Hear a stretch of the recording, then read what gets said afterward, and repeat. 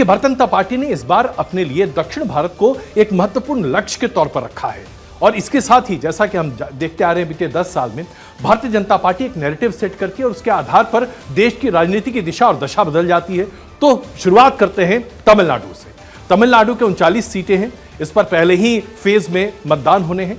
मौजूदा स्थिति में अभी जो ओपिनियन पोल सामने निकल कर आ रहा है उसमें इंडिया टीवी का ओपिनियन पोल हमारे सामने है, जिन्होंने यह दावा किया है कि तमिलनाडु में एनडीए को तकरीबन 4 सीटें मिल सकती हैं, इंडिया गठबंधन को 25 सीटें मिल सकती हैं और अन्य के खाते में 10 सीटें यहां पर जा सकती हैं 39 में से।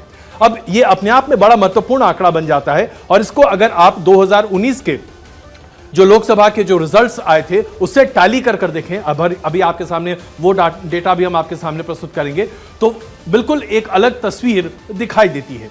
इसके साथ साथ अभी हम आपके सामने आंध्र प्रदेश की भी बात कर लें। चलिए, अभी हम जब बात कर रहे हैं आंध्र प्रदेश में 25 सीटें हैं।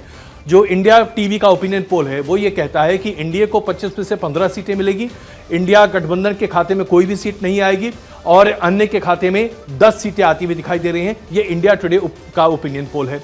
उसके साथ साथ अब केरल की बात कर रहे हैं। केरल में जो निकलकर बातें आ रही हैं वहां 20 सीटें हैं। केरल में एनडीए को 3 सीटें मिलती हुई दिखाई दे रही हैं, ऐसा मानना है इंडिया टीवी का अपने ओपिनियन पोल में।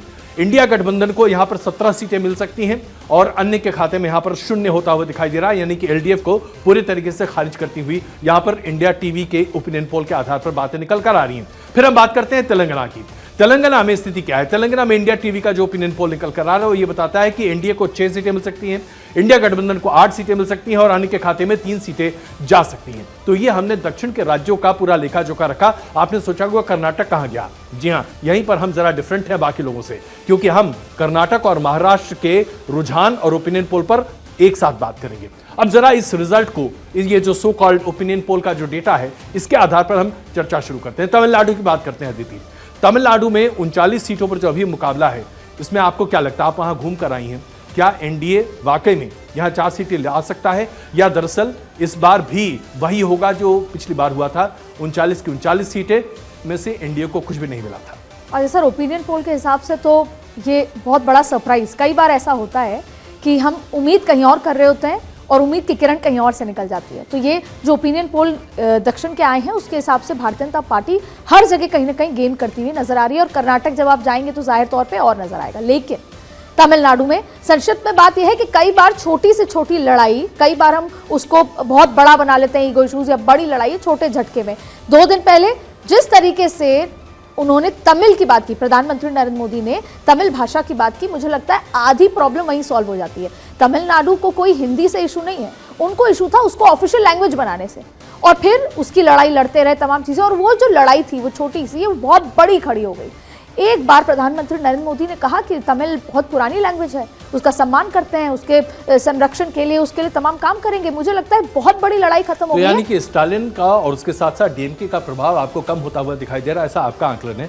लेकिन यहाँ पर जो एक जमीनी हकीकत है जिससे हम इनकार नहीं कर सकते वो ये कि मछुआरे समुदाय को अपनी तरफ आकर्षित करने के लिए कचातीव का जो मुद्दा प्रधानमंत्री नरेंद्र मोदी के साथ साथ भारतीय जनता पार्टी के तमाम वरिष्ठ नेताओं ने उठाया, जिसकी वजह से ऐसा लगा कि कुछ पल के लिए भारत और श्रीलंका के संबंध भी खतरे में पड़ सकते हैं।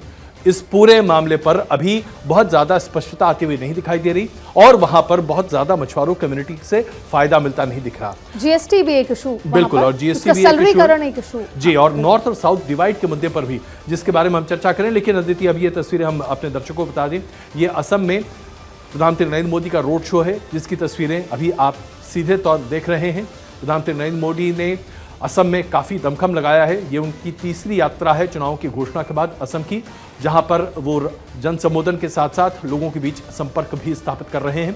ये तस्वीरें अपने आप में बहुत कुछ बयां कर रही हैं कि क्या इस बार असम की फिजा बदलेगी। अदिति, 12 सीटों का लक्ष्य रखा है यहाँ पर भारतीय जनता पार्टी ने 14 में से। देखिए, असम से सर सबसे ज्यादा उम्मीद, और देखिए सबसे पहले तो हम इन पिक्चरों की जो तस्वीरें आ रही हैं उनकी बात कर लेते हैं। चाहे कुछ हो जमीन पर या ना हो, लेकिन जिस तरीके से प्रधानमंत्री नरेंद्र मोदी को देखने का झुंड जो घरों से निकल आता है वो अपने आप में वहां की वर्कर्स को, वहां के कार्यकर्ताओं को और खुद प्रधानमंत्री मोदी को ये सोचने पर मजबूर कर देता है कि 400 पार हो सकता है असम में। लेकिन बहुत ज्यादा डिपेंडेंसी एक तरीके से 7 सिस्टर्स में ही वहां के जो मुख्यमंत्री हैं हेमंत बिस्वा शर्मा वहां पर है। एक जब जो राष्ट्रवाद की बात है वो असम में होनी शुरू हो गई है, क्योंकि मुख्यमंत्री वैसे हैं। तो क्यों वैसे भी पूरा चुनाव प्रचार भारतीय जनता पार्टी के लिए। असम के डिटेल डिस्कशन हम बाद में करेंगे अदिति, इसी सारे पत्ते अभी नहीं खोल रहे। हम बात करते हैं तमिलनाडु की चर्चा हम कर चुके हैं, आंध्र प्रदेश पर आते हैं। आंध्र प्रदेश में जो इंडिया टीवी का ओपिनियन पोल है उसके आधार पर हमने आपको दिखाया कि एनडीए को यहाँ पर 15 सीटें मिल सकती हैं। लेकिन अदिति, यहाँ पर सबसे बड़ा सवाल ये है कि अगर आंध्र प्रदेश में एनडीए को 15 सीटें मिलेंगी तो क्या हम ये मानकर चल रहे हैं कि कांग्रेस पार्टी पूरी तरीके से शून्य हो जाएगी? और अगर ये होगा तो क्या आंध्र प्रदेश में शून्य होगा कांग्रेस के लिए अपने आप में एक बहुत बड़ी खतरे की बात नहीं होगी? सर, अगर 3 पॉइंट्स में इसको समझा जाए तो पहला, वहाँ की जनता, वहाँ का जो मुख्यमंत्री है उससे बहुत सेटिस्फाइड है, वहाँ की सरकार से, उनकी पॉलिसीज, उनके डिसीजन। लेकिन ये बात सही है कि वोटर बहुत स्मार्ट है, वो प्रदेश और देश की राजनीति को अलग अलग तरीके से समझते हैं। जब मैं ज़मीन पे पहुंची तो अजय सर, वहाँ पे लोगों ने ये बात कही कि हमें मुख्यमंत्री अच्छे लगते हैं, लेकिन टीडीपी के साथ जो भारतीय जनता पार्टी का अलायंस है, कहीं ना कहीं उससे वहाँ की ज़्यादातर जनता, जिनके बीच में मैं पहुंची, जो पॉलिटिकली साउंड भी अपने आप को बता रहे थे, थड़ी पर जगहों पर टीडीपी के साथ अलायंस वो नहीं चाहते थे। लेकिन जो आंकड़े बता रहे हैं वो उसके विपरीत है। लेकिन आंध्रा में भारतीय जनता पार्टी को, आंध्रा तेलंगाना दोनों में बहुत ज़्यादा उम्मीदें हैं। उस हिसाब से कांग्रेस का जो इंटरनल सर्वे कहता है कि हम आंध्रा में बहुत अच्छा नहीं कर रहे, और शायद वही सर्वे कुछ बता रहा है। विजय ग्रोवर हमारे साथ इस वक्त जुड़ चुके हैं, वरिष्ठ पत्रकार हैं, दक्षिण भारत को बहुत अच्छे तरीके से जानते हैं। अदिति, विजय, बहुत स्वागत है आपका। मैं जानना चाहता हूं कि आंध्र को लेकर जो ओपिनियन पोल्स रुझान दिखा रहे हैं उसमें कांग्रेस का सुपड़ा साफ और उसके आधार पर एनडीए को 15 सीटें मिलती हुई दिखाई दे रही। क्या ऐसा संभव हो सकता है आंध्र प्रदेश में? अगर आंध्र प्रदेश की बात की जाए तो शायद चंद्रबाबू नायडू को जिस तरीके से प्रधानमंत्री मोदी एक मंच पर लेके आए, वो एक बहुत बड़ा ही संदेश था। क्योंकि कहीं ना कहीं जो बीजेपी और टीडीपी का कार्यकर्ता खास करके जो था वह काफी डरा हुआ था। और जब उस रैली में हम गए थे, जब पहली बार एक मंच पर आए थे, तो साफ तौर से वहाँ का जो टीडीपी के कार्यकर्ता थे वो उन्होंने एक बात हमसे कही कि अब हमें डर नहीं है। तो ये जो एक मैसेजिंग है कि जो वहाँ की पॉलिटिक्स है काफ़ी वायलेंट होती है, काफ़ी एग्रेसिव होती है, और कहा जाए तो मतलब कई क्षेत्रों में नक्सल इफेक्ट वगैरह भी जो है वो देखने को मिलता है। तो काफ़ी वायलेंस प्रोन पॉलिटिक्स रही है आंध्र प्रदेश की। तो ऐसे में ये जो दोनों वरिष्ठ नेता मंच पर आए, क्योंकि चंद्रबाबू नायडू भले ही एक पॉलिटिकल, मैं कहूँगा कि बनवास में थे एक तरीके से, और जिस तरह से प्रधानमंत्री मोदी उन्हें मेन स्ट्रीम में वापस लेकर आए हैं वह एक बहुत बड़ी सफलता है। और अगर दोनों के कार्यकर्ता मिलकर पवन कल्याण के साथ परफॉर्मेंस देते हैं तो शायद ये बहुत बड़ी मुश्किल हो जाएगी जगन रेड्डी के लिए, क्योंकि उनकी बहन खुद जो कांग्रेस में चली गई हैं वो भी पार्टी का काफ़ी नुकसान कर रही हैं। और ये एक चीज़ जो है कहीं ना कहीं एनडीए के फेवर में बहुत महत्वपूर्ण मुद्दा यहाँ पर आपने बताया विजय। अब एक छोटा सा सवाल तमिलनाडु का ले लेते हैं, आप उस वक्त हमारे साथ जुड़े नहीं थे। तमिलनाडु में 39 सीटें, क्या आपको लगता है कि भारतीय जनता पार्टी और उसके सहयोगी दल यहाँ पर सिंध लगा सकते हैं, या दरअसल ये सभी 39 सीटें एक बार फिर 2019 की तर्ज पर ही डीएमके कांग्रेस गठबंधन के पास जाती हुई दिखाई देंगी? देखिए, जहाँ तक मेजर परफॉर्मेंस मैं कहूँगा तो डीएमके और जो कांग्रेस का अलायंस है वह काफ़ी मजबूत नजर आ रहा है ग्राउंड पर। लेकिन जो एक वैक्यूम क्रिएट हुआ था जयललिता के निधन के बाद एआईडीएमके में, उस वैक्यूम को बीजेपी पूरा करती हुई नजर आ रही है कई क्षेत्रों में। क्योंकि जिस तरह से एडीएमके के कई नेता अभी बीजेपी के साथ हैं और अलायंस के लिए भी तैयार हैं, भले ही एक खेमा जो एडीएमके का है वह साथ नहीं है, लेकिन जो वैक्यूम क्रिएट हुआ था जयललिता के निधन के बाद वो एक बहुत बड़ा वैक्यूम था। और बीजेपी कहीं ना कहीं उसी को पूरा करने की कोशिश करती आ रही है। क्योंकि इससे पहले जो द्रविड़ियन राजनीति होती थी उसमें नास्तिकता एक आधार होती थी, मतलब धर्म इतना इंपॉर्टेंट नहीं होता था। लेकिन ऐसे में बीजेपी जिस तरह से वहां पर धर्म को लेकिन विजय, यहाँ सवाल ये है कि धर्म के मामले में भारतीय जनता पार्टी यहाँ पर स्कोर जरूर करेगी। सवाल यही कि क्या ये सेंटिमेंट वोट शेयर बढ़ाकर ही संतुष्ट हो जाएगा या सीट में तब्दील होगी? क्या आपको लगता है कि तमिलनाडु में खाता खुलेगा? बहुत छोटा सा जवाब प्लीज, वक्त जरा कम है। देखिए, मेरे को ये लग रहा है कि कम से कम 3 सीटों में बीजेपी जीत के कगार पर है और थोड़ी मेहनत उसको जरूर करनी पड़ेगी। लेकिन बीजेपी की नजरें जो हैं इस चुनाव पर नहीं है, असेंबली में भी है कि वह वहां पर अपना नंबर बढ़ाना चाहिए। बिल्कुल, बहुत महत्वपूर्ण बात आपने यहाँ पर कही। अदिति, हम आगे बढ़ते हैं, केरल की बात करते हैं। विजय, आप भी हमारे साथ जुड़े हुए हैं। तो केरल में 20 सीटें हैं। 20 सीटें में जो इंडिया टीवी का जो ओपिनियन पोल है वो ये कहता है कि एनडीए को 3 सीटें मिल सकती हैं, इंडिया गठबंधन को 17 सीटें, और एलडीएफ के खाते में कुछ भी जाती हुई नहीं दिखाई देगी। अब यहाँ पर सबसे महत्वपूर्ण बात है कि बीते 3 दिनों से केरल की राजनीति जबरदस्त तरीके से गरमाई हुई है अदिति, और यहाँ पर एक जो गौर करने वाली बात है, कांग्रेस और एलडीएफ एक दूसरे के आमने सामने हैं। राहुल गांधी लगातार केरल के मुख्यमंत्री के खिलाफ बयान दे रहे हैं कि भाई आप मुझे क्यों कोस रहे हो, अगर आपको कोसना है तो प्रधानमंत्री नरेंद्र मोदी को कोसो, क्योंकि उस पार्टी के साथ बंगाल में गठबंधन है, लेफ्ट फ्रंट के साथ कांग्रेस का बंगाल में गठबंधन है। तो ये अपने आप में एक परस्पर विरोधी स्थिति है। वायनाड की सीट को लेकर राहुल गांधी का बयान है कि ये इतनी अच्छी जगह है, ये तो स्वर्ग की जैसी जगह है, यहाँ पर तो मैं अपनी माता जी श्रीमती सोनिया गांधी को कहूंगा कि वो आकर रहें। भाई अगर स्वर्ग वायनाड है तो आप अमेठी में क्या करने जा रहे हैं, और अमेठी के बारे में आप चर्चा क्यों नहीं कर रहे? तो ये कई उलझे हुए मामले, उलझे हुए तार हैं जो केरल को और केरल की राजनीति को बहुत दिलचस्प बना रहे हैं। लेकिन आपका क्या आकलन है? 3 सीटें केरल में मिलना अपने आप में बहुत बड़ी बात होगी। क्या चंद्रशेखर को हम जीतते हुए देखेंगे और शशि थरूर को हारते हुए? अदिति, देखिए, वैसे तो क्योंकि हम केरल पे चर्चा कर रहे हैं, उसके ठीक पहले हर एक स्टेट के हिसाब से रणनीति है। आप देखिए, टीडीपी से तो कर लिया अलायंस, लेकिन एआईडीएमके से क्यों नहीं किया? अगर आपको लोकसभा में ज्यादा नंबर मिलते अगर आप एआईडीएमके के साथ आते, क्योंकि आप विधानसभा भी देख रहे हैं। साउथ एक अदर पर्सपेक्टिव से आपके लिए इंपॉर्टेंट है। अब केरल की बात कर लेते हैं। वैसे तो आज़ादी, या कहें कि आज़ादी के बाद से या अंग्रेजों के ज़माने से आरएसएस केरल में एक्टिव रहा है, लेकिन लेफ्ट ने कभी जगह नहीं दी। अब वो लेफ्ट वाली स्पेस लेना चाहती है भारतीय जनता पार्टी, लेकिन सबसे महत्वपूर्ण है क्योंकि अमेठी से निकाल दिए गए या पॉलिटिकली निकाल दिए गए, और अब केरल से भी भारतीय जनता पार्टी उनको निकालना चाहती है, इसलिए स्मृति ईरानी वहां गई, तमाम डेवलपमेंट की बात करी। तो भारतीय जनता पार्टी के लिए केरल अदरवाइज तो इंपॉर्टेंट है ही अपने उसके हिसाब से, ज्योग्राफी के हिसाब से, लेकिन उससे ज्यादा इंपॉर्टेंट है कि गांधी परिवार के हर एक सीट को हटा दिया जाए। इसलिए वायनाड और वायनाड के साथ, और आपने सवाल किया कि जो वहां की अर्बन सीट्स हैं, तो मैं वहां गई, लेकिन ऐसा नजर नहीं आया कि शशि थरूर हारते हुए नजर आ रहे हैं। शशि थरूर के लिए बहुत मजबूत पूछ लेते हैं। विजय, केरल को लेकर अगर एनडीए वहां पर अपना खाता खोलने में सफल हो जाता है और भारतीय जनता पार्टी वहां पर खाता खोल लेती है, तो इसके बाद तो संघ परिवार में जबरदस्त खुशी का माहौल होगा। मतलब सालों साल की मेहनत सफल हो जाएगी। देखिए, जहां तक मैं अगर आरएसएस की बात कहूं तो इससे पहले भी कांग्रेस को कहीं ना कहीं एक साइलेंट सपोर्ट आरएसएस देता है केरल में लेफ्ट के खिलाफ, क्योंकि जो हमने खून खराबा देखा है केरल की राजनीति में, वो लेफ्ट और आरएसएस के बीच में होता था, और कहीं ना कहीं आरएसएस को लगता था कि उस समय पर बीजेपी मजबूत नहीं थी तो वह यूडीएफ के कैंडिडेट को सपोर्ट करते। लेकिन इस बार एक सीट पर शायद उम्मीद है जहां बीजेपी अपना खाता खोल सकती है, और वो है त्रिशूर की, जहाँ पे कि एक्टर सुरेश गोपी काफी अच्छी परफॉर्मेंस पिछली बार भी उन्होंने दी थी, 24% वोट शेयर था उनका, और इस बार प्रधानमंत्री खुद 3 बार त्रिशूर गए हैं, 7 बार केरला गए हैं 1 साल में, और ये एक संकेत है कि वह कितने फोकस्ड है केरल को लेकर के, और किस तरह से वह वहां पर पार्टी को मजबूत करना चाहते हैं।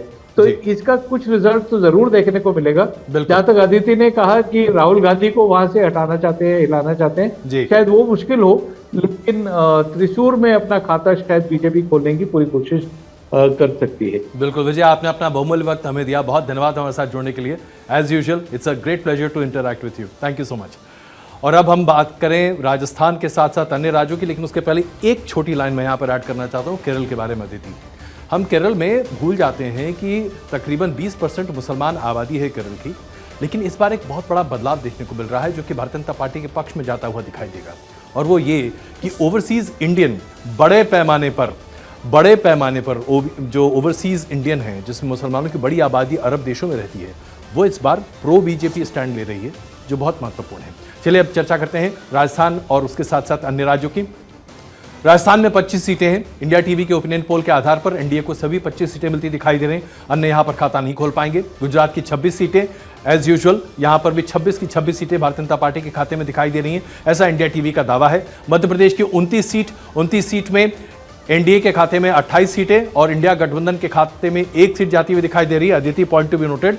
और उसके साथ साथ छत्तीसगढ़ की 11 की 11 सीटें इंडिया टीवी के ओपिनियन पोल के आधार पर एनडीए के खाते में जाती हुई दिखाई दे रही है। यहाँ की अगर हम इस पूरे पैटर्न की बात करें, इस पूरे एरिया की बात करें, तो लगता है कि जो पिछली बार का परफॉर्मेंस है इंडिया टीवी के आधार पर ओपिनियन पोल पर, वही परफॉर्मेंस रिपीट होता दिखाई देगा। अदिति, राजस्थान से लेकर छत्तीसगढ़ तक सब कुछ अगर भाजपा के रंग में रंगा हुआ है तो फिर यहां कांग्रेस का क्या होगा?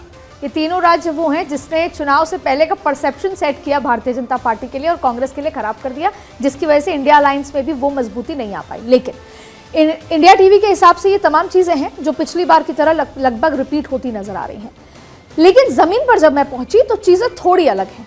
हालांकि जब चुनाव के पास पहुंचेंगे, 19 तारीख को राजस्थान में 12 सीटों पर चुनाव है और राजस्थान की बात करें तो 6 से 7 सीटों पर टक्कर है और कुछ तो इंटरनल टक्कर है, टिकट नहीं दी, बागी खड़े हो गए दूसरी पार्टी के साथ, तो इंटरनल टक्कर है। और राजस्थान पे बात करें, इन हिंदी पट्टी के इन 3 महत्वपूर्ण राज्यों में बात करें तो शायद सर आपके साथ एक अलग आधा घंटा चाहिए होगा जब हम दर्शकों से चर्चा कर सके। लेकिन संक्षिप्त में बात यह है कि राजस्थान में जो ओपिनियन पोल के अलावा अगर जमीन पर जाए तो 6 ऐसी सीटें हैं जहां टक्कर है। 2 तो कम से कम ऐसी सीटें हैं जो ना कांग्रेस को जाएंगी ना बीजेपी को, वो अदर्स को जाती नजर आ रही हैं। तो वो 2 सीटें बहुत ज्यादा इंपॉर्टेंट है, जो है एक बांसवाड़ा कह सकते हैं और दूसरा सीकर कह सकते हैं, जो ना सिर्फ कांग्रेस ना बीजेपी। अब आगे बढ़ते हैं अगर हम मध्य प्रदेश, हालांकि राजस्थान में बहुत सारी चर्चाओं का विषय है, लेकिन अब गुजरात पे बात करते हैं। गुजरात 26 की 26 सीटें अभी भी जाती नजर आ रही हैं। राजकोट पे थोड़ी नाराजगी है जो अभी पुरुषोत्तम रूपाला है। मैं यहीं पर आपको एक सेकंड के लिए ड्रॉ करना चाह रहा था। ये जो क्षत्रिय विरोध जो बड़े पैमाने पर गुजरात में शुरू हुआ, जिसकी छाप राजस्थान, उसके साथ साथ मध्य प्रदेश, यहाँ तक कि उत्तर प्रदेश और बिहार में भी अब दिखाई देने लगी है, ये कितना बड़ा डेंट है इस पूरी पट्टी के लिए भारतीय जनता पार्टी के लिए। क्योंकि अगर राजपूतों का समर्थन भारतीय जनता पार्टी को नहीं मिला तो इन सभी राज्यों में भारतीय जनता पार्टी को अच्छा खासा नुकसान झेलना पड़ सकता है। राजपूत भारतीय जनता पार्टी का सोल वोटर है इन सभी राज्यों में, सोल वोटर कि वो कहीं नहीं जाएगा। लेकिन कुछ समय से थोड़ी बहुत अलग मुद्दों पर नाराजगी थी कि राजस्थान में मुख्यमंत्री नहीं बनाए गए, जबकि राजस्थान में माना जाता है कि मुख्यमंत्री राजपूत होंगे। लेकिन जब ये बयान आया उसके बाद ये बहुत ज्यादा इंपैक्ट है। इसका छोटा सा उदाहरण मैं ऐसे देना चाहूंगी कि राजस्थान में एक सीट है जालौर सिरोही, जो सांसद की सीट है, जो अशोक गहलोत के बेटे चुनाव लड़ रहे हैं। और वो जब शुरुआत में हुआ तो ये कहा था कि वो सीट भारतीय जनता पार्टी के खेमे में ही जा रही है जाहिर तौर पर। लेकिन हुआ इस तरीके से कि दिया कुमारी को वहां जाना पड़ा राजपूतों को मनाने के लिए और अंततः दिया कुमारी ने ये गंभीर मसला बनता चला जा रहा है और भारतीय जनता पार्टी को इस नासूर को पहले से ही दूर करना पड़ेगा, अन्यथा ये बहुत बड़ा मुश्किल का मामला बनता जा रहा है। हमारे साथ हमारे संवाददाता भोपाल से जुड़ रहे हैं, इस वक्त हमारे साथ मौजूद हैं। अखिलेश, आप संक्षेप में से बता दीजिए, क्या मध्य प्रदेश में पिछली बार 2019 के ही मिस्टर एनालाइजर में आज हम आपके सामने एनालिसिस कर रहे हैं कि पूरे देश में आज ओपिनियन पोल का माहौल है। सभी टेलीविजन चैनल पर आप ओपिनियन पोल देख रहे हैं, तो राय शुमारी का एक अच्छा मौका है साहब। तो हमने सोचा बहती गंगा में हम भी हाथ धो लेते हैं, बाकी सबके ओपिनियन पोल आपके सामने प्रस्तुत करते हैं और उसके ऊपर एनालाइज कर बताते हैं कि क्या संभव है और क्या असंभव है या क्या नहीं हो सकता। तो आइए, अभी तक हमने चर्चा की, हमने दक्षिण भारत की बात कर ली, हमने मध्य भारत की बात कर ली, हमने वेस्टर्न भारत की भी बात कर ली। अब जरा बात करते हैं उन राज्यों की जिसमें सीटें आ गई तो उसके बाद तो सीधे लॉटरी लग जाती है। सबसे पहले उत्तर प्रदेश की बात करते हैं। 80 लोकसभा की सीटें यहां पर हैं। इंडिया टीवी का ओपिनियन पोल यह कह रहा है कि 80 सीटों में से 76 सीटें भारतीय जनता पार्टी और उसके सहयोगियों को मिलेगी और इंडिया गठबंधन को, यानी कि 2 लड़कों को, सिर्फ 4 सीटें मिलेंगी। ऐसा इंडिया टीवी का दावा है। बिहार में 40 सीटें हैं, 40 में से 33 सीटें मिलती हुई दिखाई दे रही हैं एनडीए गठबंधन को, यानी कि जेडीयू, बीजेपी और सहयोगी दलों को, और आरजेडी और कांग्रेस और उसके साथ सहयोगी दलों को, वाम दलों को 7 सीटें मिलती हुई दिखाई दे रही हैं। यहां पर भारतीय जनता पार्टी को लॉस होता हुआ दिखाई दे रहा है अगर आप 2019 के आधार पर देखें तो।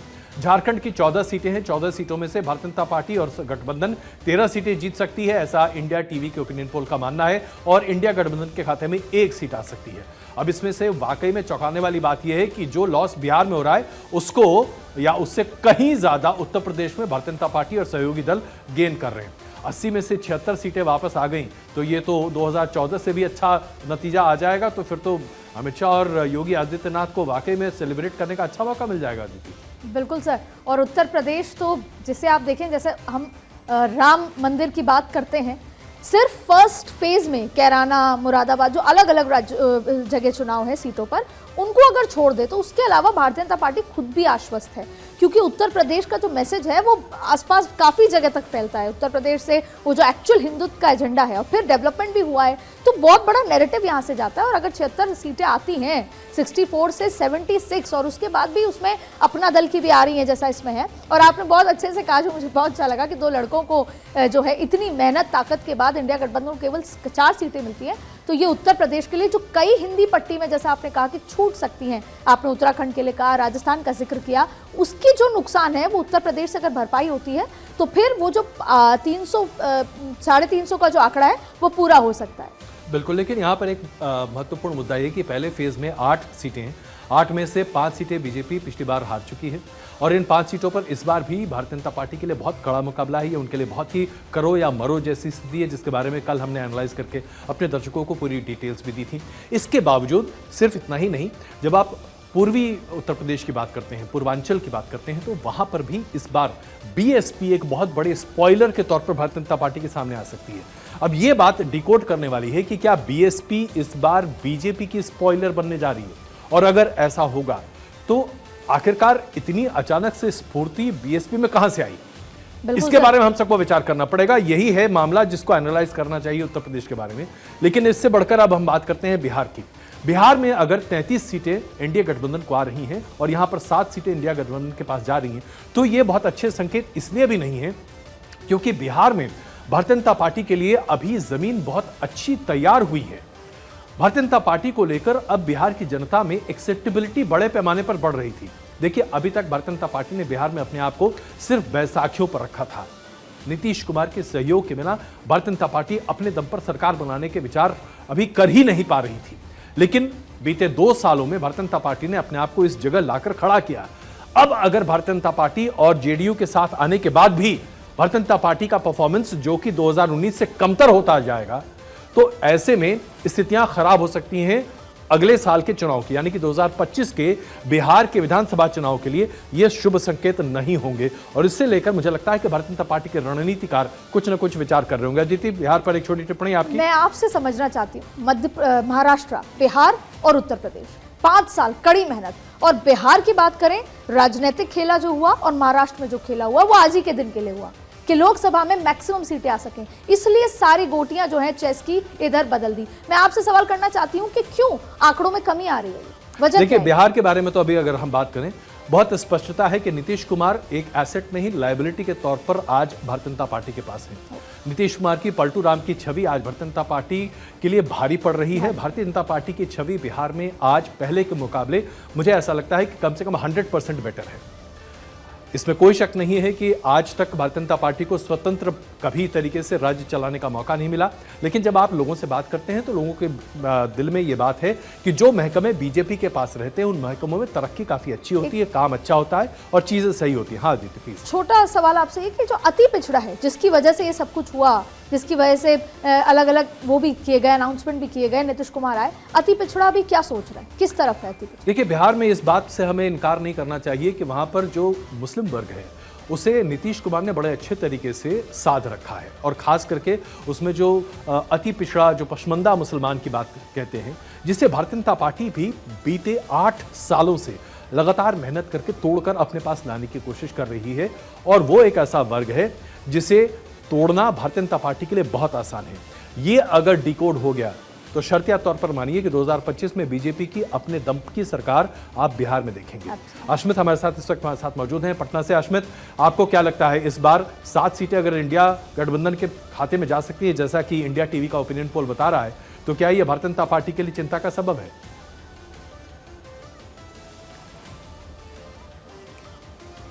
नहीं, बिल्कुल। देखिए, क्योंकि पिछले दफे 39 सीटें एनडीए ले गई थी 2019 के चुनाव के समय, और 1 सीट कांग्रेस के खाते में गई थी। लेकिन इस बार मुकाबला बहुत आसान नहीं होने वाला है, क्योंकि जिस तरह के उम्मीदवार इस बार राष्ट्रीय जनता दल ने उतारे हैं, कुशवाहा उम्मीदवारों पे सबसे ज़्यादा भरोसा जताया है। और कई सीटें तो ऐसी हैं जहां पर फाइट बहुत टफ दिखता है। एक तो पूर्णिया सीट, जहां से पप्पू यादव चुनावी मैदान में उतर गए हैं, निर्दलीय प्रत्याशी के तौर पे चुनाव लड़ रहे हैं। वहां तो आरजेडी से मुकाबला है ही नहीं, वहां मुकाबला पप्पू यादव बनाम एनडीए है। और वहीं दूसरी तरफ देखिए नवादा, ये भी एक ऐसा हॉट सीट माना जा रहा है जहां पर मुकाबला त्रिकोणीय हो चुका है, क्योंकि राजबल्लभ यादव जो आरजेडी के कद्दावर नेता हैं और काफी ज्यादा पकड़ रखते हैं नवादा क्षेत्र में, उनके भाई विनोद यादव वहां से निर्दलीय चुनावी मैदान में उतर गए हैं।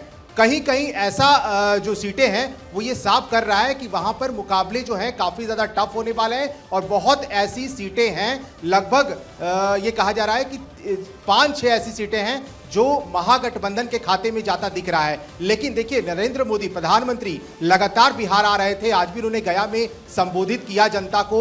वो कहते हैं ना कि फिजाएं बदलती हैं, नरेंद्र मोदी के आने से बिल्कुल बिहार की फिजाएं बदली हैं। और मैं खुद ग्राउंड जीरो पर था और आज गया के लोगों ने साफ कहा, मेरी बात हो रही थी जब प्रधानमंत्री नहीं आए थे, उसके पहले मेरी कुछ लोगों से बातचीत हुई, उन्होंने कहा कि यहाँ के प्रत्याशी कुमार सर्वजीत जो आरजेडी से प्रत्याशी बनाए गए हैं वो यहाँ चुनावी मैदान में है, जीतन राम मांझी जो एनडीए के प्रत्याशी हैं वो चुनावी मैदान में है। कुमार सर्वजीत भी जो है ऐसा नहीं है कि वो बहुत कमजोर दिखते हैं, वहां उनकी भी पकड़ होती है। लेकिन नरेंद्र मोदी के जाने के बाद लोगों की जो बातें हैं वो बदल गई। उन्होंने कहा कि बिल्कुल यहां से जीतन राम मांझी को हम चुनाव जिताकर भेजेंगे और उन्हें सांसद चुनकर भेजेंगे, क्योंकि वो एनडीए के परिवार का हिस्सा है, तो वोट वहीं पड़ेगा जहां प्रधानमंत्री नरेंद्र मोदी बोलेंगे। सिर्फ ये गया लोकसभा क्षेत्र की बात नहीं है, ये बहुत बड़ी बात आपने बताई कि नरेंद्र मोदी न सिर्फ एक चेहरा है बल्कि लोगों के दिमाग को अपने तरीके से ट्यून कर देते हैं। ऐसा लगता है जैसे कि वो कभी भी किसी को कुछ भी सोचने के लिए मजबूर कर सकते हैं और ये वाकई में उनकी बहुत ज़बरदस्त कला है। बहुत धन्यवाद इस टिप्पणी के लिए। आइए अब जरा आगे बढ़ते हैं और बात करते हैं पश्चिम बंगाल की, क्योंकि पश्चिम बंगाल अपने आप में बहुत महत्वपूर्ण है, न सिर्फ भारतीय जनता पार्टी के लिए बल्कि पूरी देश की राजनीति के लिए। 42 लोकसभा की सीटें पश्चिम बंगाल की हैं, जिसमें कि इंडिया टीवी ओपिनियन पोल के आधार पर एनडीए के खाते में 20 सीटें यानी कि बीजेपी को 20 सीटें और ममता बनर्जी के खाते में 22 सीटें जाती हुई दिखाई दे रही हैं और 2 सीट इंडिया गठबंधन को यानी कि कांग्रेस और लेफ्ट फ्रंट को मिल सकती है। ये माफ कीजिएगा, जो डेटा मैंने आपको दिया था ये TV9 भारतवर्ष का ओपिनियन पोल है जो अभी सामने था, हमने आपके सामने रखा था।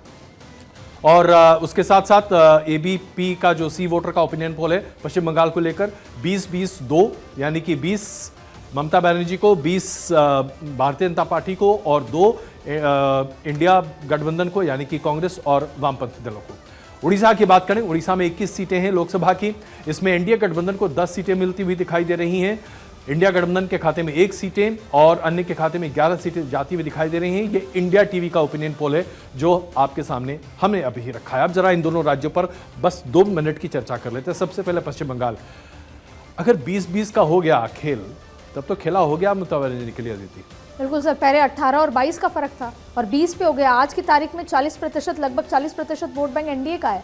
वो 6 से लेकर 2009 से लेकर अब तक 40% वोट बैंक पे आए। ममता बनर्जी के लिए बहुत ज़्यादा टेंशन की बात है। और दूसरी बात है जो संदेश खाली है, संदेश खाली एक बड़ा मुद्दा है जो ममता बनर्जी के लिए इस पूरे चुनाव प्रचार में सिरदर्द रहेगा और हो सकता है कि आगे वाले चुनाव में भी रह सके। बिल्कुल। पश्चिम बंगाल के बारे में हालांकि जो चुनौतीपूर्ण जो फेज है वो पहला फेज है, क्योंकि उत्तर बंगाल में 8 सीटों में से 7 सीटें भारतीय जनता पार्टी ने 2019 में जीती थी और ये बहुत बड़ी जीत थी, खास करके जब आप इसे 2014 के कंपैरिजन में देखते थे। इन सीटों पर पश्चिम बंगाल में अभी भारतीय जनता पार्टी को थोड़ी चुनौती का सामना झेलना पड़ रहा है। एक तो अंतर्विरोध और कलह की बात बाहर निकल कर आ ही रही है। कई ऐसे लोग हैं जो कि उम्मीदवार थे, जो कि मान रहे थे कि उनको सीटें मिलनी चाहिए, उम्मीदवारी उनकी होनी चाहिए, लेकिन उन्होंने नहीं मिल पाई। दूसरा, CAA और NRC को लेकर भी वहां पर स्थिति गंभीर बनती हुई दिखाई दे रही है। उड़ीसा में लेकिन भारतीय जनता पार्टी के लिए बहुत बड़ी बात होगी अगर वो 10 सीटें निकाल रही है। और जो हम 370 के आंकड़े की बात कर रहे हैं जो भारतीय जनता पार्टी ने अपने लिए सजो कर रखे हैं या जो उसका लक्ष्य है जिसे हासिल करना चाहते हैं, अगर उड़ीसा में वो अपने आप को इस बड़े पैमाने पर प्रस्तुत कर देते हैं, अगर उत्तर प्रदेश में जैसा हमने आपको देखा 10 सीट से ज्यादा का गेन वहां पर दिखाई दे रहा, तो जहां जहां लॉस की बात है, लॉस को पूरा करने के साथ साथ आप इंक्रीमेंटल गेन की बात कर रहे हैं। अब जरा हम असम के साथ साथ उत्तर पूर्वी राज्यों की बात कर लें, क्योंकि यहां पर भारतीय जनता पार्टी ने 2019 में बहुत अच्छा प्रदर्शन किया था, 25 में से 19 सीटें जीती थी। इस बार भारतीय जनता पार्टी का प्रदर्शन अपने आप में बहुत महत्वपूर्ण है इन 25 सीटों पर भी। असम में 14 सीटें हैं। 14 सीटों में ऐसा माना जा रहा है कि इंडिया गठबंधन को 12 सीटें मिल सकती हैं और माफ कीजिए एनडीए गठबंधन को 12 सीटें मिल सकती हैं और इंडिया गठबंधन के खाते में 2 सीटें जा सकती हैं, जो कि एबीपी सी वोटर का जो ओपिनियन पोल है उसके आधार पर है। पूर्वोत्तर की सभी 11 सीटों को अगर एक साथ जोड़ा जाए तो एबीपी सी वोटर का मानना है कि इसमें से 8 सीटें एनडीए गठबंधन के खाते में जाएंगी और इंडिया गठबंधन को 2 सीटें मिलेगी, अन्य के खाते में यहां पर 1 सीट जाती हुई दिखाई दे रही है। अदिति, अगर हम असम की बात करें, असम न सिर्फ एक ऐसा राज्य जहां पर कि हेमंत बिश्वा शर्मा कांग्रेस से निकल कर आए, भारतीय जनता पार्टी को मजबूत कर रहे हैं, लेकिन आज तो कई बार मुझे ऐसा लगता है कि उनका डीएनए और बाकी सब कुछ आरएसएस का तो नहीं है। बिल्कुल सर, और जिसे कहते हैं अगर हम हायरार्की वाइज देखें तो योगी आदित्यनाथ की बात आज अगर सबसे बड़ी बात हो तो असम के सीएम की बात होती है, उनके तेवर, उनकी बातचीत, और जिसे कहते हैं परिवार में सबसे बड़ा भाई या सबसे बड़ी बहन पर जिम्मेदारी होती है, वैसे ही नॉर्थ ईस्ट में भारतीय जनता पार्टी सबसे बड़े भाई यानी असम पे ही डिपेंडेंट है, या सबसे बड़ी बहन असम पे ही डिपेंडेंट है, और बहुत उम्मीद है। और बाकी की बात करें तो मणिपुर का कुछ इम्पैक्ट, लेकिन पूर्वोत्तर के लोगों को डेवलपमेंट भी चाहिए जो नरेंद्र मोदी को पता है कैसे देना है। उस उम्मीद से पूर्वोत्तर के लोग खासतौर पर असम में वोट कर सकते हैं, लेकिन भारत जोड़ो न्याय यात्रा का भी कुछ इम्पैक्ट यहाँ पर थोड़ा बहुत कांग्रेस की तरफ देखने को आपको मिल जाएगा अगर आप जमीन पर जाएंगे। बिल्कुल, हालांकि इसमें से जो जहां पर आज भारतीय जनता पार्टी को सचेत रहने की आवश्यकता है, मणिपुर में स्थिति बहुत अच्छी नहीं है, हो सकता है एक सीट का नुकसान मणिपुर में भारतीय जनता पार्टी को झेलना पड़ सकता है। इसके साथ साथ अगर हम देखें तो अरुणाचल प्रदेश में जहां भारतीय जनता पार्टी मजबूत स्थिति में है, वहां नागालैंड में भारतीय जनता पार्टी के लिए फिर से विचार करने की आवश्यकता है। मिजोरम में इसलिए महत्वपूर्ण है क्योंकि वहां पर मिजो समुदाय के साथ साथ जो कुकी समुदाय है उसकी आबादी भी काफ़ी ज़्यादा है, और यहाँ पर जो कुकी समुदाय का पलायन है और मणिपुर के जो संग्राम की बात निकल कर आ रही है उसकी वजह से थोड़ी बहुत दिक्कतों का सामना यहाँ करना पड़ सकता है। लेकिन ओवरऑल अगर आप देखें तो किरण रिजिजू और हेमंत बिश्वा शर्मा इन दोनों ने मिलकर जो पूरे तरीके से जिसको कहते हैं ना माला को पिरोने की बात है, भारतीय जनता पार्टी के लिए जो काम किया है वो शायद उत्तर पूर्वी राज्यों में आज तक बीजेपी के लिए किसी ने नहीं किया। और आइए अब बात करते हैं उस पट्टी की जिसे लेकर सबसे ज्यादा कंफ्यूजन है, और ये कंफ्यूजन इन राज्यों के लिए है जिसमें से दो प्रमुख हैं। कर्नाटक में 28 सीटें हैं लोकसभा की, और ऐसा ओपिनियन पोल के आधार पर बताया जा रहा है कि इंडिया गठबंधन को 23 सीटें मिल सकती हैं यानी कि बीजेपी को और सहयोगी दल को, और इंडिया गठबंधन के खाते में यानी कि कांग्रेस और सहयोगी दल को 5 सीटें मिल सकती हैं। इंडिया टीवी का दावा है। महाराष्ट्र की बात करें, महाराष्ट्र की 48 सीटें, यानी कि अगर आप उत्तर प्रदेश के बाद देखें तो महाराष्ट्र सबसे ज्यादा सीटों वाला राज्य है। यहां पर एनडीए गठबंधन के पास 28 सीटें जाती हुई दिखाई दे रही हैं और इंडिया गठबंधन के खाते में 20 सीटें जाती हुई दिखाई दे रही हैं। ये टीवी9 भारतवर्ष का ओपिनियन पोल का डाटा जो हमने अभी आपके सामने प्रस्तुत किया है। और गोवा में 2 सीटें हैं जिसमें एक सीट इंडिया गठबंधन और एनडीए गठबंधन के पास जाती दिखाई दे रही है। ये एबीपी सी वोटर का ओपिनियन पोल है जो अभी आपके सामने हमने रखा है। सबसे पहले कर्नाटक की चर्चा करते हैं। कर्नाटक में कांग्रेस की सरकार है और वहां पर अगर कांग्रेस का परफॉर्मेंस वैसा नहीं आ पाता जैसा कि लोग उम्मीद कर रहे हैं, फिर अदिति इसके बाद तो मानना पड़ेगा कि डीके शिवकुमार और सिद्धरामैया का घमासान कांग्रेस की लुटिया कर्नाटक में डूबा बैठा। सर, आपको याद होगा कि फ्रीबीज की चर्चा कर्नाटक के चुनाव से ही शुरू हुआ था। फ्रीबीज, और उस समय एक समय आया था जब आम आदमी पार्टी कर्नाटक के चुनाव के दौरान ये सारी चर्चा शुरू हुई थी कि फ्रीबीज क्या है, कितना सही है। बीजेपी भी उसी लहर में बह गई थी। लेकिन जब अब मैं ज़मीन पे पहुंची, वहाँ पर मैंने पूरा शो किया, वहाँ के लोगों से मिली, तो मुझे समझ आया कि वहाँ की जनता फ्रीबीज से हाथ जोड़ती है। वहाँ की अर्बन जनता कर्नाटक की सरकार से खुश नहीं है। जो मुफ्त के वादे किए गए थे वो पूरे नहीं हो रहे। 40 बसें कह के 4 बसें दी जा रही हैं। हाँ, अगर आप कर्नाटक के रूरल इलाके में जाएंगे, उनकी एक्सपेक्टेशन भी बहुत कम है। वो लोग कांग्रेस को सरकार में सत्ता में लाना चाहते हैं, चाहे फिर वो केंद्र हो या प्रदेश हो। लेकिन अर्बन जो एक बड़ा तबका है, युवा है, वो वहां के विकास यानी अगर मैं आपके जमीनी एक्सपीरियंस की बात करूं तो इंडिया गठबंधन को जो 23 सीटें अभी इंडिया टीवी ओपिनियन पोल में दिख रहा है, इससे भी कम सीटें आती हुई आपके हिसाब से दिखाई दे सकती हैं, क्योंकि शहरी क्षेत्र कर्नाटक में इतने ज्यादा बड़े पैमाने पर है नहीं। देखिए सर, एनडीए गठबंधन को 23 मिल रही हैं, जबकि पहले यहाँ 25 थी। तो मुझे लगता है या तो 25 मिलेंगी या एक आधा सीटें बढ़ सकती हैं। इंडिया गठबंधन को 5 मिल रही हैं, ये ऊपर नीचे हो सकता है। लेकिन वहाँ का जो शहरी क्षेत्र है, जो एक बल्क वोटर है, वो अभी सरकार से खुश नहीं है। और ये मैं इसलिए कह सकती हूँ क्योंकि मैं वहाँ गई और लगभग 4 दिन मैंने उन लोगों के बीच में, महिलाओं के, वर्कर्स के बीच में बिताए हैं। वो वहाँ की सड़क डेवलपमेंट, विकास सबसे खुश नहीं है। तो अब सबसे बड़ा और महत्वपूर्ण महाराष्ट्र, और मेरे लिए सबसे दिलचस्प राज्य इस बार अगर कोई है तो वो महाराष्ट्र है। और वो इसलिए क्योंकि बड़ा ही जबरदस्त घालमेल और घमासान मचा हुआ है साहब। यहां पर तो राय इतनी अलग अलग है और ओपिनियन पोल मुझे नहीं लगता कि कोई भी आदमी सही तरीके से आंक सकता है, क्योंकि महाराष्ट्र में तो आज राजनेताओं को ही नहीं पता कि वो कहां खड़े हैं। क्या वो एनडीए गठबंधन में है या इंडिया गठबंधन में है, शिवसेना उद्धव ठाकरे में है, शिवसेना शिंदे में है, एनसीपी पवार में है, एनसीपी दूसरे पवार में है।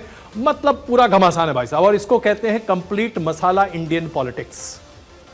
6 राजनीतिक दल यहां पर एक दूसरे के साथ आमने में भिड़े हुए हैं, 3 एक साथ हैं, 3 एक साथ हैं और आपस में ये 3 भी भिड़े हुए हैं। इसको देखकर कहा जा सकता है अदिति कि this is the best of Indian politics. अगर यहां पर कुछ भी समझ में किसी को आ जाए तो मैं उनको सैल्यूट करके कहना चाहूंगा तुसी ग्रेट हो। आपको क्या लगता है? सर, महाराष्ट्र ऐसा आंकड़ा है जो अभी दिखाया गया एनडीए 28, मुझे लगता है कि जितनी मेहनत भारतीय जनता पार्टी ने, जितनी स्ट्रैटेजी, मेहनत क्या है, स्ट्रैटेजी सुबह 5 बजे की शपथ से लेकर अब तक, तो ऐसे आंकड़े इसी दिन के लिए कि इसमें आंकड़े 100% हो, ये सब कुछ किया गया और ऐसे आंकड़े आना उनके लिए बहुत दुखद होगा। लेकिन वोटर भी कंफ्यूज है, नई एनसीपी को वोट देना है, पुरानी एनसीपी को, नई शिवसेना को वोट देना है, लेकिन एनडीए और इंडिया गठबंधन के बीच भी वोटर बहुत स्मार्ट है और वहाँ की जमीनी हकीकत कुछ और कहती है। लेकिन बहुत मजा आएगा यहाँ के आंकड़ों से। सबसे महत्वपूर्ण बात, जी बिल्कुल, आंकड़ों को लेकर बड़ी खबर है, फायर करने वाले हैं, आपको दिखाने वाले हैं, लेकिन उसके पहले मैं अपना एक कंफ्यूजन आपके सामने रखना चाहता हूं। मजा तब आता है जब कंफ्यूजन आप सामने रखें, क्योंकि फिर बहस का एक मुद्दा बनता है, उस पर बहस करेंगे। कंफ्यूजन क्या है मैं आपके सामने बताना चाहता हूं। अब जरा सोचिए, राज ठाकरे जो कि शिवसेना के प्रमुख बाल ठाकरे की कार्बन कॉपी बताए जाते हैं, वो आज एनडीए के साथ हैं। एनडीए गठबंधन में शिवसेना शिंदे है। अगर राज ठाकरे ज़्यादा पावरफुल हो गए तो शिवसेना शिंदे की हालत खराब हो जाएगी और वो एक अलग तरीके से प्रेशर ग्रुप बनता हुआ दिखाई देगा। अगर शरद पवार का गुट अजीत पवार के सामने फिसड्डी साबित हुआ तो शरद पवार की अपनी एग्जिस्टेंस अपने आप में खत्म होती दिखाई देगी और राज्य पर इसका अलग असर दिखाई देगा, क्योंकि फिर अजीत पवार राज्य में अपनी भागीदारी बड़े पैमाने पर देखेंगे। भारतीय जनता पार्टी यहां पर अपना मुख्यमंत्री देखना चाहती है और अगर भारतीय जनता पार्टी का परफॉर्मेंस यहां पर अच्छा नहीं रहा तो जाहिर सी बात है स्थिति बहुत खराब होगी। और इसमें सबसे खराब हाल में कांग्रेस है। हर कोई जिसे देखिए वही कांग्रेस को छोड़कर भागने को तैयार है। मतलब कंप्लीट इंडियन कंफ्यूजन, जैसे शादियों में नहीं होता है, किसी को नहीं पता होता है कि कहाँ क्या हो रहा है। महाराष्ट्र में शादी हो रही है इस बार। आइए हम आपको दिखाने जा रहे हैं, फाइनल डेटा आता हुआ दिखाई दे रहा है। कई ओपिनियन पोल्स जो हैं वो अपने फाइनल डेटा सामने रख रहे हैं। तो नवभारत के ओपिनियन पोल के आंकड़े अभी आपके सामने हम रख रहे हैं। इसमें एनडीए गठबंधन को 386 सीटें दी जा रही हैं। इसमें इंडिया गठबंधन को 99 सीटें मिलने का अनुमान बताया जा रहा है, यानी कि 400 के आसपास पहुंचने का नवभारत जो चैनल है उसका ये ओपिनियन पोल अभी हम आपके सामने रख रहे हैं। नवभारत जो कि टाइम्स नाउ ग्रुप का है, उनका ये कहना है कि इंडिया गठबंधन 100 सीट भी क्रॉस नहीं कर पाएगा, जबकि एनडीए गठबंधन काफी तेजी से आगे बढ़ता हुआ 370 के आसपास ऊपर बढ़ता हुआ दिखाई दे रहा है। तो ये आंकड़े अभी आपके सामने हम प्रस्तुत कर रहे हैं। 386 सीटें अदिति, 386 मतलब 400 पार तो हो ही गया। तो 400 पार और प्लस गिनते जाइए, ऐसा हो गया, क्योंकि अभी तो एनडीए गठबंधन ओवरऑल अगर बात करें, क्योंकि अभी तो बहुत कुछ होना बाकी है पहले फेज के बाद, और फिर कितने दौरे, कितने चुनाव प्रचार, कितने रोड शोज होने वाले हैं। तो ये आंकड़ा तो भारतीय जनता पार्टी के आज खून बढ़ाने वाला है। जैसे महाराष्ट्र के आंकड़े हम बता रहे थे, तो ये रणनीति में और बदलाव होगा, तो उसके बाद ये तो बहुत ही अच्छा। एक और ओपिनियन पोल का डाटा आ रहा है, और देखिए ये सब ओपिनियन पोल है भाई साहब, इस बात को मैं स्पष्ट करना चाहता हूं। ये सब राय है। सी वोटर जो कि अपना ओपिनियन पोल सामने रख रहा है, उसके आधार पर इंडिया गठबंधन को 156 सीटें मिल सकती हैं, अन्य को 21 सीटें मिल सकती हैं और एनडीए गठबंधन को 366 सीटें। 366, एक आंकड़ा था 386, दूसरा आंकड़ा है 366 सीटें, जो कि सी वोटर के ओपिनियन पोल के आधार पर है। तो यानी कोई भी 350 से नीचे नहीं अभी तक आया है। 2 ओपिनियन पोल जो अभी हमने आपके सामने रखे, 350 से नीचे अगर इंडिया गठबंधन को सीटें नहीं मिल रही तो इसके बाद तो बल्ले बल्ले ही मान लीजिए, और 1 नेशन 1 पोल के साथ साथ यूनिफॉर्म सिविल कोड का वायदा भी पूरा होता हुआ देखेंगे हम। ऐसा कम से कम कहा जा सकता है, इसमें कहीं कोई दुविधा किसी को नहीं होनी चाहिए। अदिति, आखिरी टिप्पणी। पर मुझे आपकी बात वो समझ आ रही है जो आपने शुरू में कहा कि ओपिनियन पोल है, सच हो सकता है, झूठ हो सकता है, सच भी हो सकता है। और अगर सच भी हो सकता है तो हमारे जो दर्शक हैं, जो भारतीय जनता पार्टी को सपोर्ट करते हैं, उनके लिए बहुत खुशखबरी की बात है। और दूसरी बड़ी बात है, सर्वेस लगातार आते जा रहे हैं, लेकिन दूसरी बड़ी बात है, अदिति जरा इस पर भी नजर डाल देते हैं। जी मैड्रीज का एक ये ओपिनियन पोल है जिसमें 390 सीटें इंडिया गठबंधन को मिलती हुई दिखाई दे रही। जी चैनल जो है उसने अपना जो अनुमान दिया है, जो ओपिनियन पोल है, 390 सीटें। तो 390, 386, 366, 3 ओपिनियन पोल अभी तक हम आपके सामने प्रस्तुत कर चुके हैं। 3 ओपिनियन पोल 350 से ऊपर एनडीए गठबंधन को देते दिखाई दे रहे हैं। जाहिर सी बात है इसमें भारतीय जनता पार्टी का आंकड़ा काफी बड़ा होता हुआ दिखाई देगा, 303 के कहीं ऊपर। तो 370 का लक्ष्य ना सही, लेकिन कम से कम 325 सीटें तो बीजेपी के खाते में आती दिखाई ही दे रही हैं इन ओपिनियन पोल के आधार पर। अगर एक लाइन में कहें सर, तो जो कहते हैं कि शायद नरेंद्र मोदी जो चाहते थे या बीजेपी चाहती थी कि राम के नाम पे पूरे देश को पिरो दिया, इन आंकड़ों से यही लग रहा है, और हिंदुत्व और डेवलपमेंट के एजेंडे पर वोट पड़ेंगे अगर ये ओपिनियन पोल में जरा सी भी हम उसको सच माने तो। और मेरी आखिरी टिप्पणी इस पर यह मानी जाए, और अगर आप इसे उस तरीके से सोचें, मुझे लगता है कि इस तरह के आंकड़े अगर 4 जून को हम आपके सामने प्रस्तुत कर पाए तो एक ही बात मानिएगा, there is a person called Narendra Modi who is a Maverick.